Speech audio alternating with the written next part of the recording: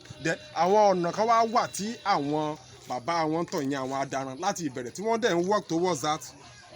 part bẹ́ẹ̀ ni látàyè Usman Dan Fodio then kájú aṣàkíyèsí ọ̀rọ̀ kan ní 1960 October 12 Nàìjíríà gbòmìnira ní October 1 nígbà tó máa di October 12 ọjọ́ mọ́kànlá lẹ́yìn òmìnira yẹn Amadu Bello tó jẹ́ premier north nígbà ìsàdánù ó sọ ọ̀rọ̀ burúkú kan tó dẹ̀ yẹ kí gbogbo wa ká take note of it ó ní let us see this new country Nigeria as the head state of our great grandfather Usman estate grandfather wọn Usman Dan Fodio ó ní let us see the minority in the north as a willing tools bí irinṣẹ́ bí spanner bí ọkọ́ bí àdá téèyàn lè jù dànù tó lè bàjẹ́ tó lè kọ́ let us see the minority in the north as a willing tools ìyẹn àwọn Jos Plateau mọ́ àwọn Kogi yẹn ó ní let us see the southerner ìyẹn àwa ìran Yorùbá as the people that we have conquered we should not allow them to rule over us and we should prevent ruthlessly changing of power we should not even allow them to have power over their future àwọn ọ̀rọ̀ burúkú ni wípé wọn tiẹ̀ tún gbọ́dọ̀ fún wọn láyè kan tiẹ̀ ní agbára lójú ọjọ́ iwájú wọn gan dẹ́wọ̀n ọ̀dẹ̀ gbàdúrà kan ọ̀dẹ̀ tún gbọ́dọ̀ fún wọn láyè láti wá rúlù over àwọn tán jẹ́ ìwọ̀nsá. ó sọ̀rọ̀ yẹn within themselves tán jẹ́ northern and. ó sọ fún àwọn northern ẹgbẹ́ ó jẹ́ police out ó publishers nínú newspaper African Parrot ẹlọgọgọ October 12 1960 nínú African Parrot nínú ìwé tá a fẹ́ fún yìí ẹ máa rí kàn bẹ́ẹ̀ ọ̀pọ̀lọpọ̀ àwọn kan ló wà bẹ́ẹ̀ ní African Parrot nínú newspaper kò ṣe é kò hide ẹ̀ tó fi sọ́ngbà ẹ̀ lọ so ọ̀rọ̀ yẹn gbogbo àwọn ọmọ ìjà wọn dẹ̀ ń work towards that títí di òde òní ẹ rí i pé tá a bá sọ̀rọ̀ nípa gbogbo bí infrastructure tàbí ṣáájú tẹ́lẹ̀ ká má gbára wa ní àkókò nípa ọ̀rọ̀ ó ṣe iṣẹ́ kò ṣe iṣẹ́ níṣẹ́ ìjọba ẹ wo gbogbo military hierarchy àti navy o àti Fúlàní ni àti army àti ọlọ́pàá àti gbogbo ẹ̀ gbogbo ọ̀dọ́ wọn ni gbogbo ẹ̀ wà gbogbo àwọn ipò tó jẹ́ bẹ́ẹ̀ni gbogbo àwọn juicy position àwọn náà tó mọ àwọn ọlọ́wọ́ nìkan ló wà so nǹkan tí bàbá wọn ti sọ ń gbà yẹn wípé wọn gbọ́dọ̀ gbàgbà òun náà ń tẹ̀lé tẹ́lẹ̀ work towards it ṣe ọ̀rọ̀ mi yé ẹ lọ wo port authority wa tó jẹ́ pé ti tiwa ni ní Àpápá ń bì ẹ rí wípé obìnrin tó ń sọ pé kó o jẹ tó ń gbé kúrò bẹ́ẹ̀ gbà tó máa gbẹ́ lómi wá Hausa náà tún ni so àwọn náà dominate wíwẹ́ lọ́wọ́ custom officer ṣé kò yẹ ká ti rí ọmọ Yorùbá tó máa jẹ́ controller general látọjọ́ yìí Hausa Yorùbá tó bá fẹ́ wọ́n tó wọ́n sí sàmà pa tó gbogbo tó bá ti jẹ́ ọmọ Yorùbá tó bá fẹ́ débẹ̀ wọ́n máa ń ṣọ́ dẹ̀ gbogbo tó bá ti jẹ́ kò tó lágbára wọ́n máa ti pilot yẹn tó lọ pẹ́ ẹ̀yẹn arótilé wọ́n máa ti gbogbo wọn sẹ́yìn ni láti lè má jẹ́ kán débẹ̀ ìyẹn nípa ọ̀rọ̀ employment yẹn ok tẹ́ bá ní qualification dání táwọn náà bá ń jà fúnṣẹ́ wọ́n máa rọ́ ara wọn sí ní ẹ̀yìn onímọ̀gbà tí wọ́n ti máa gbà wọ́n síṣẹ́ bẹ́ẹ̀ ni òun ló dẹ̀ wá fa gbogbo ọ̀pọ̀lọpọ̀ àwọn ọmọ títí wa níbi tó yẹ pé wọ́n wà unemployment ẹlòmíràn lọ máa mú gbónú àwọn ṣe ìyàwó ṣẹ́rìtì àwọn tí wọ́n lè ṣe wòwò yẹn wọ́n move out of the country òun ló fa ìbéèrè tí Amosu béèrè bí ọ̀sẹ̀ bíi méjì ní BBC wọ́n béèrè ní ọwọ́ Ìbíkúnlé Amosu lọ́sẹ̀ bíi méjì sẹ́yìn wọ́n ní kí ló rí pẹ̀lú gbogbo àwọn èèyàn tán tẹ̀ ń lọ́bọ̀n ṣe ń lọ kúrò lórílẹ̀ Nàìjíríà yìí ó ló jẹ́ nǹkan kan tó jẹ́ pé ó ba òun gan nínú jẹ́ pé torí ó ń kàn òun ní omi inú pé because àwọn the best of the best brain ló move out yìí pé tó bá tiẹ̀ ń lọ tẹ́lẹ̀ wọ́n á lọ wọ́n á fi ìyàwó lẹ́bọ̀ wọ́n tún lọ sí wọn kọ́ ọmọ tíyàwó lọ ni pé àwọn ìlú òyìnbó tó ń gbà wọn yẹn gan nígbà tó bá ń ṣèkà fún àwa Áfíríkà ni ó ní bìkan tó bá di ọ̀la tá bá tó pé a fẹ́ bẹ́ẹ̀ ni sá ó ní tó bá di ọ̀la tá bá tó pé a fẹ́ rebuild ilẹ̀ wa pé ibo láti fẹ́ bẹ̀rẹ̀ ṣàtúnṣe máa nurture àwọn èèyàn from grassroots ni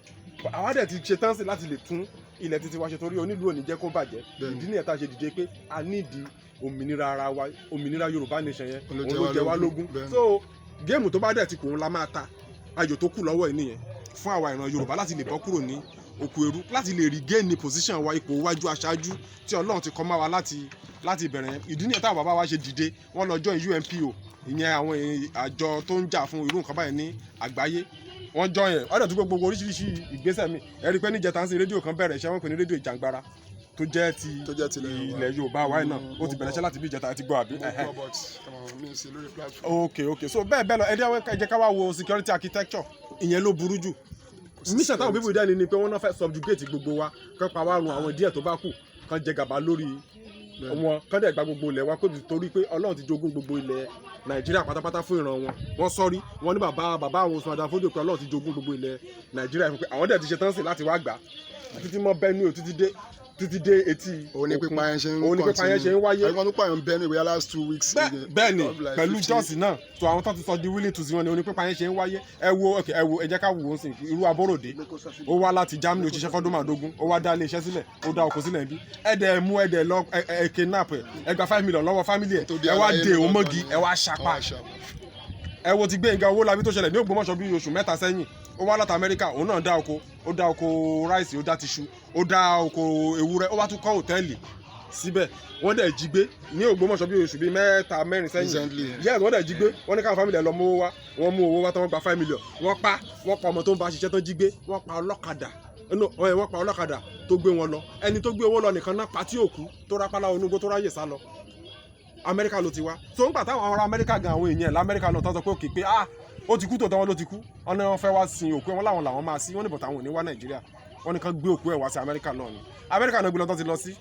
torí ẹrù àti wálé ń bà wọn nílẹ̀ bàbá ẹ̀ bí wọn lè wá síbi láti wá sí torí ẹrù àti wá síbi bá wọn pé irú nǹkan tó ṣẹlẹ̀ sí yẹn àfi secure ibi ò safe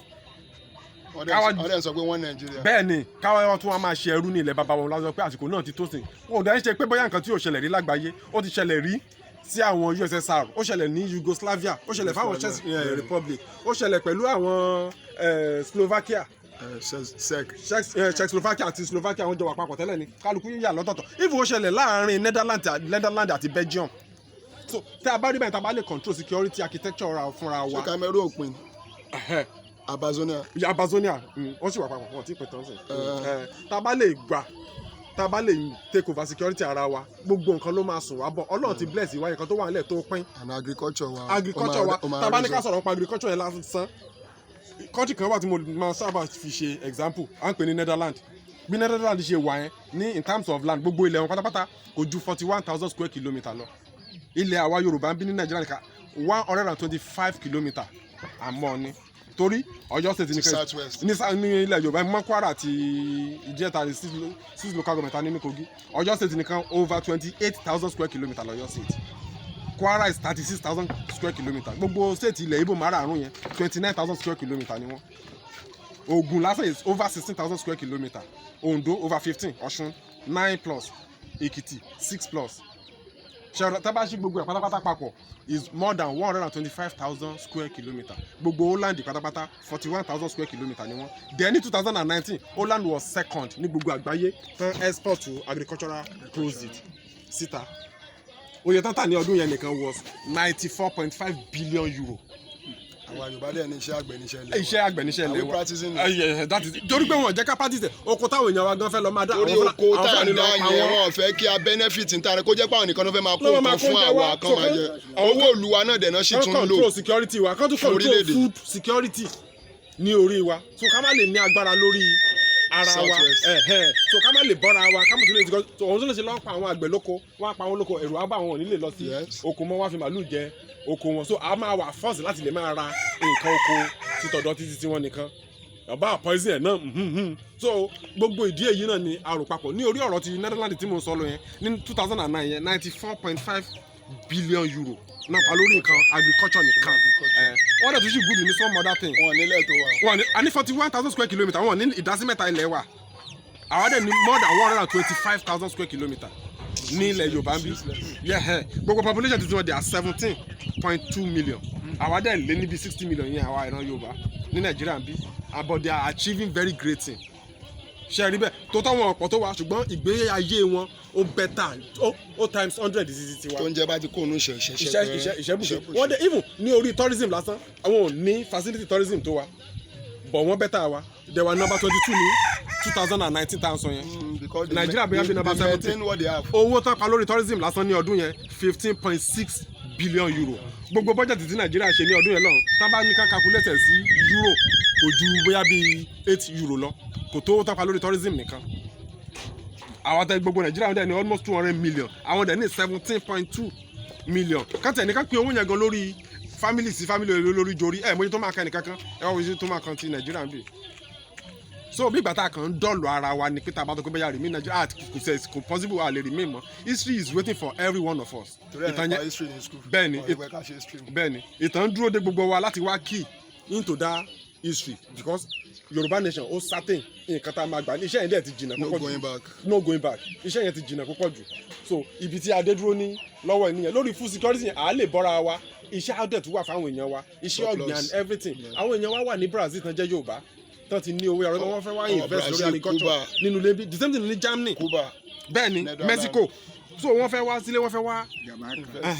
wá invest so iṣẹ́ máa sọ àwọn èèyàn wa bọ̀ gbogbo pé àwọn èèyàn jáde wọn ríṣẹ́ iṣẹ́ máa pọ̀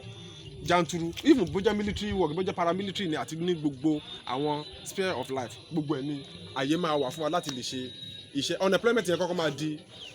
nǹkan tó jẹ́ kó máa wà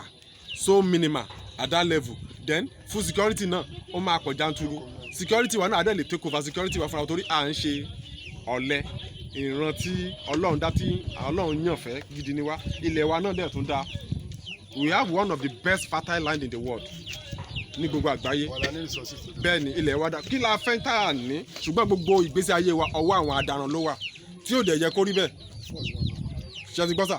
gbogbo ìgbésí ayé wa pátápátá ọwọ́ àwọn adaràn ló àwọn ló ń control wa àwọn ló ń control gbogbo life wa education wa ok ìkan dìde nínú wọn ní 1967 ó lé àwọn máa mú àwa Yorùbá lọ́wọ́ dání academically tí àwọn táwọn wà ní òkè ọ̀yà fi máa wá bá wa gbogbo àwọn bàbá wọn ọ̀dẹ̀ sọ kankan náà nígbà pé tó lè rí bẹ́ẹ̀ ni pé kò lè rí bẹ́ẹ̀ but they are working towards lòun náà ṣe lọ gbé quota system jáde ó yẹ wọn báyìí ló gba catchment area nǹkan tó ṣe lọ work ẹ̀ jáde nìyẹn láti fi lè favour àwọn ọmọ títí wọn ní òkè ọ̀yà lọ́hùn so gbogbo oríṣiríṣi irú nǹkan bí ẹlẹ́ gbogbo abnormality yẹn gbogbo ẹ̀ pátápátá ló ní a máa ṣe àtúnṣe sí títí lórí even lórí àwọn tó ń ta oògùn ní kẹ́mi tó oògùn míì ti máa bàjẹ́ tí wọ́n á tẹ̀ tún ṣe máa kó síta no system máa wà tó jẹ́ pé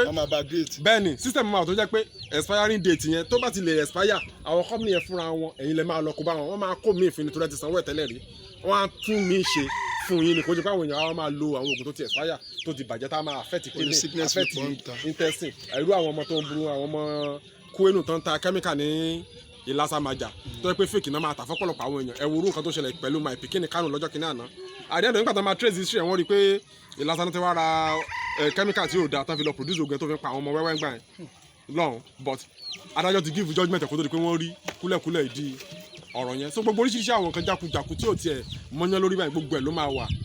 corrected ní gbogbo then infrastructure wa ipò òkè tá a ti wà ńgbà yẹn náà ìgbà yẹn la máa lè àtẹ̀yìn tá a bá lè control ara wa fúnra wa adẹ̀ máa gbalẹ̀ wa èrò dẹ̀ níbẹ̀ anybody mọ̀ pé àwọn Fúlàní ń bọ̀ lọ́la láti wá pa wá ẹ wo àwọn ìlú kan tó ti lé àwọn èèyàn wa kúrò ní Ògùn state bóyá ti gbọ́ nípa Ìgùàrí Owódé Kétu gbogbo àwọn ìlú yẹn làwọn Fúlàní ti lọ lé wọn tó ti ń pa wọn tó ti lé àwọn èèyàn kúrò tí ò sí anybody bẹ́ẹ̀ mọ̀ tó dẹ̀ ń dominate táwọn Fúlàní dẹ̀ gbàgbọ́ tó dẹ̀ dominate yẹn tí ò dẹ̀ yẹ kó rí bẹ́ẹ̀ ṣé ìrìn bàbá Yorùbá kan lè gbéra bí kó lọ sí Katsina kó wọnú gbé wọn kó lọ máa pa ọmọ kó máa jí wọn gbé kó wá máa gba owó lọ́wọ́ wọn kò possible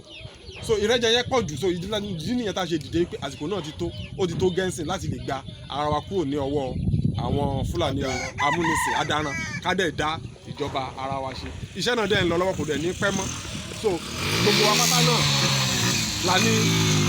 la níṣẹ́ ṣe lórí ọ̀rọ̀ yìí ẹni tó bá ti gbọ́ kó sọ fún ẹlòmíì ìyẹn náà fi máa sọ pé ẹni tó bá ti rí ìgbàlà kó dìde fún ìgbàlà ẹlòmíì so bí mo ṣe wá bá yín sìn ẹ̀yin náà tún polongo ìyìn rere náà day everywhere tí rálì bá jáde ẹ jẹ́ ká dìde láti ṣe tó bá dẹ̀ jẹ́ pé bóyá gba ọ̀rọ̀ referendum náà ni ẹ jẹ́ ká dìde náà gbà yẹn náà ká ṣe referendum náà. báwo ni referendum àwọn àtàjù sign tẹ́lẹ̀ no petition nìyẹn petition nìyẹn torí gbogbo bí ní àgbẹ̀ tó bá ti fẹ́ ṣe irú nǹkan bí eléyìí tó bá fẹ́ dá dúró báyìí referendum náà ló máa padà end sí ìfún bá jagun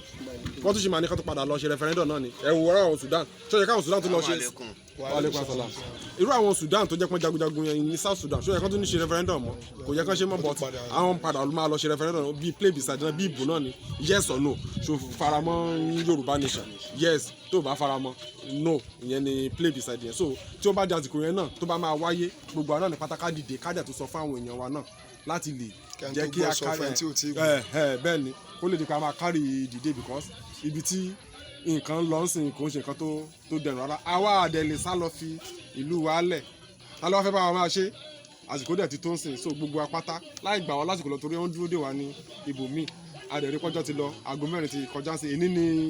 on the 20 àbí 20 of November 2022 so mo kí gbogbo wa pátápátá ẹ ṣé gan àdúpẹ́ àádẹ́ tún máa rí yín bá ọjọ́ mi bóyá máa wá yọjú sí náà kádẹ̀ tún mú ìpolongo náà wá so àdẹ̀ tún pẹ́ lọ́wọ́ àwọn alágbára lọ àdúpẹ́ náà púpọ̀ lọ́wọ́ àwọn èèyàn wa náà tọ́jọ́ kọ́ wọ́rin wa àwọn bàbá wa náà pẹ̀lú àwọn brọ́dà wa bí àdẹ̀ tún dúpẹ́ lọ́wọ́ àwọn tí wọ́n fi owó sílẹ̀ náà láti òkèèrè tí wọ́n tẹ àwọn ìwé Yorùbá National Gazette Yorùbá Nation Gazette àti question and answer náà pẹ̀lú gbogbo akitiyan àwọn èèyàn wa náà ní òkè òkun bàbá àròpọ̀ ọ̀rẹ́ ọmọ borí owó ọmọ balànà pẹ̀lú àwọn Dr. Aliu gbogbo pátá náà la dúpẹ́ lọ́wọ́ àti gbogbo àwa náà ti àpéjú pèsè sí ibi náà ẹjọ bá fún wọn ní ìwé wọn tó bá ti nínú wọn ẹ fún wọn sí pẹ̀lú. bẹ́ẹ̀ bá ṣe bẹ́ẹ̀ jí wọn máa bẹ̀rẹ̀ question. mo fẹ́ bẹ́ẹ̀ ni sà. nǹkan tí mo kàn dé sí ìbàdàn wọ́n ní kí n jókòó mo jókòó bọ̀ nǹkan tí jókòó tí mo jókòó mi tí mọ nǹkan tí àyẹ̀ ń sọ mi tí mọ nǹkan tí ó wà fún mi tí mọ nǹkan tí ó ṣẹlẹ̀ lórí ẹ̀ ẹjọ́ tó lọ. ok à ń polongo Yorùbá nation ní orílẹ̀-èdè Yorùbá kó dá dúró gẹ́gẹ́ bí orílẹ̀-èdè kò dẹ̀ ń ṣe nǹkan àjòjò ti ṣẹlẹ̀ rí bẹ́ẹ̀ ní àgbáyé nǹkan tá a dẹ̀ lè ṣe ni ìgbésẹ̀ yìí dẹ̀ ti ń lọ lọ́wọ́ tó dẹ̀ ti ń làmìlaka ó dẹ̀ ti dé góńgó ibi tí a ti máa achieve ẹ̀ so a kà wá polongo kẹ́yìn náà gbọ́n pa ẹ̀ ní pé ókè o kí ìrere yẹn kó tún lè máa tàn kálẹ̀ sí so ẹ̀yin náà ẹ̀ tún gbọ́ sọ fún àwọn èèyàn yín náà nínú ilé àti ìyàwó àti àwọn ọmọ àti àwọn ọ̀rẹ́ yín náà wípé ó ṣeé ṣe bẹ́ẹ̀ kí Yorùbá dá dúró bẹ́ẹ̀ ni torí a ti wà gẹ́gẹ́ bí orílẹ̀-èdè a ti wà gẹ́gẹ́ bí orílẹ̀-èdè tẹ́lẹ̀ ní káwọn òyìnbó gan tó dé. ẹ má bínú sá o ìbéèrè mi máa ń pọ̀ mọ́ torí mo gọ̀ gidi gan gọ́vnà ni wọ́n máa ń sọ fún mi pé mo gọ̀ ẹ sà Yorùbá ní ìṣọ̀tàn pariwo yìí sí pé kí Yorùbá dá dúró bẹ́ẹ̀ ni gẹ́gẹ́ bí orílẹ̀-èdè tiẹ̀ bẹ́ẹ̀ ni tí Yorùbá bá fèsì pé àwọn dá dúró báyìí sí báwo ni 2023 election báwo lè máa jẹ. ok òun sọ ń bí lẹ́ẹ̀kan mo ní ayò tó bá ti kàn ńlá máa ta ayò tó dẹ̀ kàn lọ́wọ́lọ́wọ́ ń sìn òun ni ọ̀rọ̀ Yorùbá nation mo ń bá ọ̀rọ̀ ọ̀bọ̀ mo sọ fún yín rí a béèrè lọ́wọ́ Fúlàní kan rí ni adaran ni wípé òun ló ti béèrè lọ́wọ́ wa rí pé ṣe ìjà ẹ̀ pé àwa Yorùbá a mọ ìwúlò agbára nǹkan tán ń pè lágbára báwo la ṣe ní mọ nǹkan tán ń pè ní agbára ó ní òkè àwa ní kó ṣàlàyé fún wa ó ní àwọn ìran adaran ó láwọn rí agbára wọn wá máa ṣe àfiwé ọ̀rọ̀ kékeré kan fún wa ó ló dàbí ẹni tí ebi ń pa bí irú yín báyìí kẹ wá lọ sí bí ibi òpó náà bíi márùndógún kẹ lọ ra súyà ó wá jẹ́ súyà tó máa ń sín sínú igi wọ́n rápẹ̀ sínú newspaper fún yín so níbi tí ẹ wá ti ń lọ sí ọ̀nà inú ilé nígbà tẹ ti kúrò níbẹ̀ tẹ ti débi ibùsọ̀ méjì ẹ wá rí àwọn ajá wọn tó bóyá bíi márùn-ún wọn wá gbóòórùn ẹran aládùúdùn ní ọwọ́ yín bẹ́ẹ̀ ṣe ń lọ yẹn ẹ ti wá kọjá wọn dé wọn wá mú ilé ẹ̀yin náà wá sáré lọ ajá yẹn wá ń lé yín lọ pẹ̀lú súyà igi márùndógún tó wà lọ́wọ́ yín nígbà tí a rí pé àwọn ajá wọn ti súnmọ́ yín wọ́n fẹ́ bá yín tán bá bá yín wá gé yín jẹ wọ́n á dẹ̀ tún gba súyà ọwọ́ yín wá jẹ gbogbo súyà yẹn ẹ wá yọ igi ẹyọ kan péré ń bẹ̀ ẹ jù fáwọn ajá yẹn gbogbo àwọn márùn-ún wọn wá lọ ṣùbọ súyà yẹn wọ́n wá ń jẹ igi ẹyọ kan ṣó ẹ tún kéré mọ́lẹ̀ ẹ̀yin sá lọ síwájú sí ẹ tún ti gé ní òpó ná márùn-ún sí kan tó jẹ igi ẹyọ kan yẹn tán ṣe mọ̀ pé ó ti di òpó ná bíi mẹ́jọ báyìí dẹ̀ fi máa sáré márùndógún so wọ́n tún jẹ ẹyọ kan tán wọ́n tún rí yín lóko wọ́n kéré mọ́lẹ̀ wọ́n tún lé yín lọ ibi tán ti ń lé yín lọ wọ́n tún ti fẹ́ dé tòsí ọ̀dọ̀ yín àwọn tún gé yín jẹ wọ́n á dẹ̀ gba kíní ẹ̀ẹ́dẹ̀fẹ́ kan gé yín jẹ ẹ̀ẹ́dẹ̀fẹ́ sọ súyà dànù ẹ tún yọ igi méjì nínú márùndógún ẹ ti jọ ẹyọ kan lẹ́tẹ̀lẹ̀ ó kù méjìlá méjì yẹn tún jù sí wọn àwọn márùn tún lọ ṣùgbọ́ súyà igi méjì yẹn wọ́n tún jẹ́ yànnàyànnà ìgbà tó bá jẹ ìyẹn tán ẹ ti dé jọ́ọ̀ṣì àti yàsínú ilé yín ẹ wọnú ilé kán tó jẹ́ tán wọ́n wò pé wọ́n rí wọ́n kéré mọ́lẹ̀ ìgbà tán débì kan tí wọ́n rí mọ́ wọ́n wá padà